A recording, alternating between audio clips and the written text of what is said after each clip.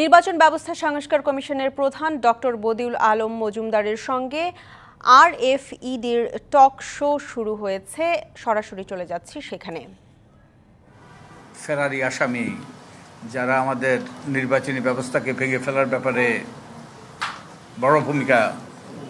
ভয়াবহ ভূমিকা পালন করেছে, তারা যেন নির্বাচনী অঙ্গন থেকে বিচারিত হয়, এটা আমরা চেষ্টা করেছি। আমরা চেষ্টা করেছি বিচারের আদালতে বা আন্তর্জাতিক অপরাধ আদালতে অপরাধী সাব্যস্ত হলে তারা যেন নির্বাচনে অংশগ্রহণ করতে না পারে, ফেরারি আসামিরা যেন নির্বাচনে অংশগ্রহণ করতে না পারে, এবং মনোনয়ন জমা দেওয়ার সময় যেন প্রার্থীরা যারা আমাদের কারাগারে অন্তরীণ আছে তারা ছাড়া আর যারা যে অন্যরা সশরীরে উপস্থিত হয়ে যেন মনোনয়নপত্র জমা দেয়। তো এর লক্ষ্য হলো কোনো অসৎ উদ্দেশ্য নয়, এর লক্ষ্য হলো ওই যে আমাদেরকে আপনাদেরকে আমি একাধিকবার বলেছি যে আমরা তো এখান থেকে আমরা গিয়ে আমাদের অফিস স্থাপন করেছি সংসদ ভবনে, এবং অনেকেই প্রথমবারের মতো এই সংসদ ভবনে এসছে। সংসদ ভবনে এসে তারা আমাদেরকে বলেছে তারা অভিভূত হয়েছে এই সুন্দর বিল্ডিংটা দেখে। ইলেকট্রা রেফ্রিজারেটর, খাবার তাজা তো জীবন তাজা। ইলেকট্রা, ফ্রিজের রাজা।